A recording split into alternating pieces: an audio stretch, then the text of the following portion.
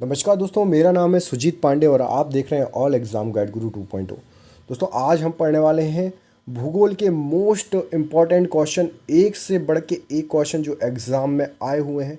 और उम्मीद है आपसे इन क्वेश्चंस में से 30 क्वेश्चन से प्लस क्वेश्चन है, कम से कम आपके 25 प्रश्न सही आने चाहिए। बिल्कुल मन लगाकर टेस्ट दीजिएगा। इसके पहले मैं बता दूं, मैं अनअकैडमी पर भी आपको पढ़ाता हूं और डिस्क्रिप्शन बॉक्स में मेरी 5 बजे से जो क्लास है उसकी लिंक दी हुई है। आप वहां से जाके मुझसे अनअकैडमी पर भी ज्वाइन कर सकते हैं।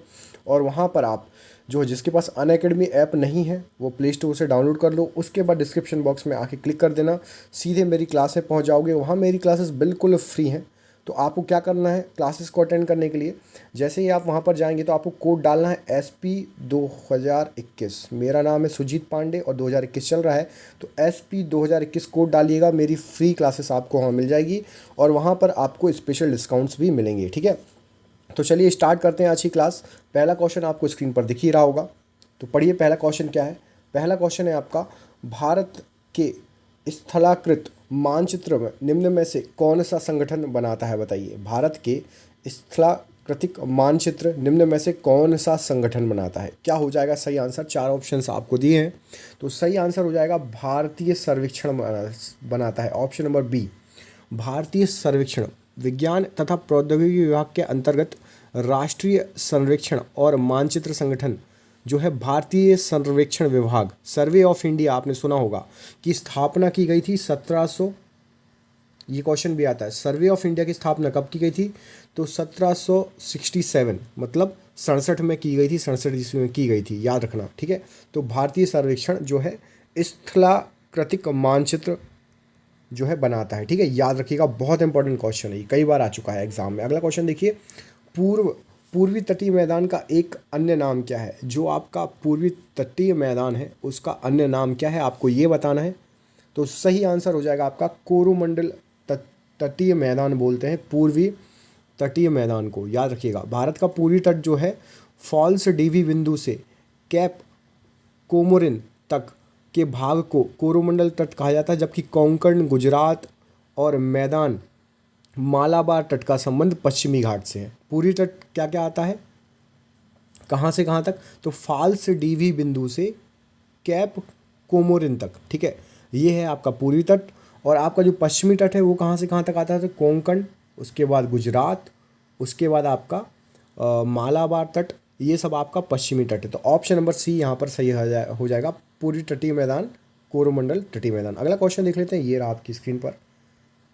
भारत का मानक समय ग्रीनविच माध्य कितना है, बताइए। भारत के मानक समय की बात हो रही है, क्या हो जाएगा सही आंसर। तो सभी को पता है सही आंसर कितना है भैया, ग्रीनविच से कितना आगे है, 5.5 घंटे, है ना। तो अपना +5:30 आगे चलते हैं हम। ठीक है, ग्रीनविच के समय के अनुसार, याद रखिएगा। ठीक है, हाँ चलिए अगला क्वेश्चन देख लेते हैं, ये रहा आपकी स्क्रीन पर अगला क्वेश्चन। निम्नलिखित में से किसको सूर्य की ऊर्ध्वाधर किरणें कभी नहीं मिलेगी। सूर्य की ऊर्ध्वाधर किरणों की बात हो रही है, इनमें से किसको नहीं मिलेगी। तो सही आंसर क्या हो जाएगा, श्रीनगर यहाँ पर बिल्कुल सही आंसर हो जाएगा। सूर्य की ऊर्ध्वाधर किरणें श्रीनगर को कभी नहीं प्राप्त होंगी। सूर्य कर्क रेखा से मकर रेखा के बीच ऊर्ध्वाधर चमकता है। तो भैया श्रीनगर की स्थिति क्या है, कर्क रेखा से काफ़ी ऊपर है, दूर है उत्तर में। ठीक है, अतः यहाँ सूर्य की ऊर्ध्वाधर किरणें कभी नहीं पड़ेगी। बाकी सभी जगह जो है आपका चेन्नई हुआ, मुंबई हुआ और तिरुवनंतपुरम जो हुआ, ये कर्क रेखा और मकर रेखा के बीच में है, याद रखना, बहुत इंपॉर्टेंट क्वेश्चन है। अगला क्वेश्चन देख लीजिए, ये रहा आपकी स्क्रीन पर। निम्नलिखित में से वह शहर कस्बा कौन सा है जो सबसे अधिक अक्षांश पर स्थित है।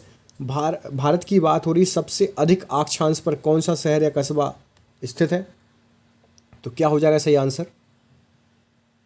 ऑप्शन नंबर ए पटना यहाँ पर सही आंसर हो जाएगा। पटना स्थित है 25°37 पे, 25°37 नॉर्थ पे स्थित है पटना। ठीक है, बाकी ये सब ये 22 इलाहाबाद पचमढ़ी जो है आपका वो है 22°3 नॉर्थ पर। ठीक है, उसके बाद आपका इलाहाबाद है 25°28 नॉर्थ पर और तिरुवनंतपुरम है आपका 8°29 नॉर्थ पर। याद रखना, बहुत इंपॉर्टेंट क्वेश्चन हो जाएगा। ठीक है, अगला प्रश्न देख लेते हैं, ये रहा आपकी स्क्रीन पर। आपको बताना है भारत के दक्षिण छोर साउथर्न टिप का नाम क्या है, बताइए भारत के दक्षिण छोर का नाम क्या है। बिल्कुल इजी क्वेश्चन है, कई बार आप लोगों ने पढ़ा होगा। क्या हो जाएगा सही आंसर? तो सही आंसर क्या है? तो सही आंसर है आपका निकोबार द्वीप में स्थित इंदिरा पॉइंट। ठीक है, इंदिरा पॉइंट है जो भारत का दक्षिणतम जो है पॉइंट है। ठीक है, इसे और क्या कहते हैं? तो इसे और कहते हैं पिगमेलियन जॉइंट। पिगमेलियन जॉइंट भी कहा जाता है इंदिरा पॉइंट को, याद रखना यदि एग्जाम में ये आ गया तो पिगमेलियन जॉइंट भी कहा जा सकता है। ठीक है, और यदि पूछे कि भारत की मुख्य भूमि का दक्षिणतम छोर क्या है, तो भारत की मुख्य भूमि का दक्षिणतम छोर आपका कन्याकुमारी हो जाएगा, भारत की मुख्य भूमि का दक्षिणतम छोर। ठीक है, ओके। अगला क्वेश्चन देखिए, ये रहा आपकी स्क्रीन पर। भारत के दक्षिण छोर को क्या कहा जाता है? देखिए फिर से पूछा है इसको घुमा के। तो सही आंसर क्या है? Option number C, Indira point बिल्कुल सही आंसर हो जाएगा। ठीक है, अगला प्रश्न देख लेते हैं, ये रहा आपकी स्क्रीन पर। आपको मुझे बताना है, ये रहा क्वेश्चन। क्षेत्रफल की दृष्टि से भारत संसार का डैश सबसे बड़ा देश है। कौन सा नंबर आता है भारत का क्षेत्रफल की दृष्टि से?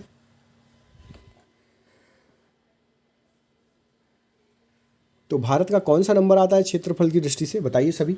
सही आंसर क्या हो जाएगा? तो ऑप्शन नंबर डी, 7वां नंबर आता है भारत का क्षेत्रफल की दृष्टि से, याद रखना। ठीक है, और 6 जो आगे हैं भारत से, कौन कौन है? सबसे पहले रूस, फिर कनाडा या कनाडा, उसके बाद अमेरिका, फिर चीन, फिर ब्राज़ील, फिर ऑस्ट्रेलिया। ये क्रम याद रखो, क्रम याद रखो। ठीक है, क्या हो जाएगा? क्रम क्या है भैया? तो सबसे पहले कौन है? रूस, उसके बाद कनाडा, अमेरिका, चीन, ब्राज़ील और ऑस्ट्रेलिया, फिर भारत। याद रखना, ये क्रम भी पूछा जा सकता है। अगला क्वेश्चन, पाकिस्तान से भारत लगभग कितने गुना बड़ा है, ये बताइए। पाकिस्तान से भारत लगभग कितने गुना बड़ा है? तो भैया पाकिस्तान से भारत लगभग 4 गुना बड़ा है। ठीक है, याद रखना। भारत का क्षेत्रफल कितना है? 32,87,269 किलोमीटर। ठीक है, और पाकिस्तान का कितना है? 7,96,095। ठीक है, तो भारत जो है पाकिस्तान से लगभग 4 गुना बड़ा है, याद रखना। ये क्वेश्चन आता है। अगला क्वेश्चन देखिए, भारतीय उपमहाद्वीप की बात हो रही है, किसका अंग था भारतीय उपमहाद्वीप मूलतः, ये आपको बताना है इस क्वेश्चन में। तो भारतीय उपमहाद्वीप सभी को पता है गोंडवाना लैंड का मुख्य अंग था, मुख्य भाग था। ठीक है, याद रखना, भारतीय उपमहाद्वीप मूलतः गोंडवाना लैंड का भाग था। ऑस्ट्रेलिया, अफ्रीका, दक्षिण अफ्रीका और मेडागास्कर आदि इसी भाग के थे। ठीक है, आदि इसी भाग से थे। कौन कौन से? ऑस्ट्रेलिया, अफ्रीका, दक्षिण अफ्रीका और मेडागास्कर, ये सभी, और भारत गोंडवाना लैंड के भाग थे। याद रखना, बहुत इंपॉर्टेंट क्वेश्चन है। ठीक है, हाँ चलो अगला क्वेश्चन देखिए।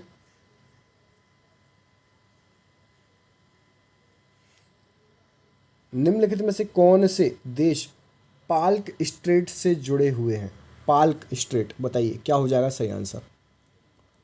तो सही आंसर हो जाएगा ऑप्शन नंबर ए, भारत और श्रीलंका। याद रखना। ठीक है, पाल्क स्ट्रेट क्या होता है भैया? पाक जल डमरू मध्य भारत के राज्य तमिलनाडु और द्वीपीय देश श्रीलंका के बीच स्थित एक जल संयोजी है, याद रखना। ठीक है, यह बंगाल की खाड़ी के पूर्वोत्तर में पाक खाड़ी और दक्षिण पश्चिम में मन्नार की खाड़ी को जोड़ता है, याद रखना। ठीक है, बहुत इंपॉर्टेंट क्वेश्चन है। ऑप्शन नंबर ए सही आंसर हो जाएगा। अगला क्वेश्चन देखिए,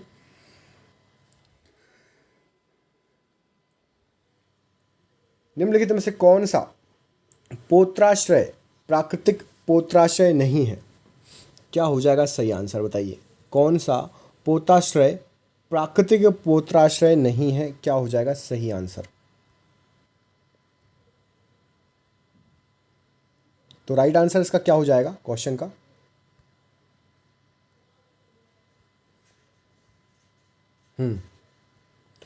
तो इसमें से सही आंसर है आपका ऑप्शन नंबर ए, चेन्नई।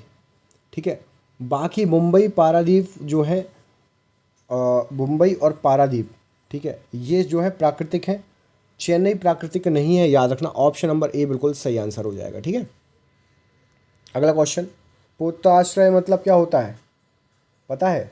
बंदरगाह की बात हो रही है, बंदरगाह की बात हो रही है, ठीक है। अगला क्वेश्चन देखिए, दक्षिण ध्रुव प्रदेश अंटार्कटिका में स्थित भारत के स्थायी अनुसंधान केंद्र का नाम क्या है भैया? तो कौन सा है?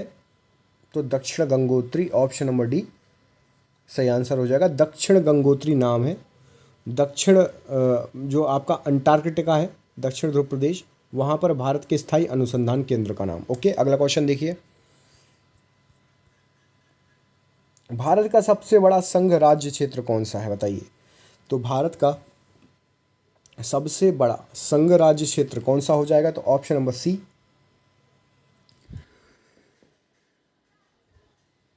अंडमान और निकोबार द्वीप समूह भारत का सबसे बड़ा संघ राज्य क्षेत्र है, याद रखना, ठीक है। अगला क्वेश्चन देखिए, ये रहा आपका अगला क्वेश्चन आपकी स्क्रीन पर। निम्नलिखित में से कौन सा राज्य भारत का संरक्षित राज्य है? तो भारत का संरक्षित राज्य इनमें से क्या हो जाएगा सही आंसर? तो ऑप्शन नंबर डी सिक्किम जो है भारत का संरक्षित राज्य का दर्जा प्राप्त हुआ है। हाल ही में अरुणाचल प्रदेश को भी संरक्षित राज्य घोषणा किए जाने का प्रस्ताव किया गया है, याद रखिएगा।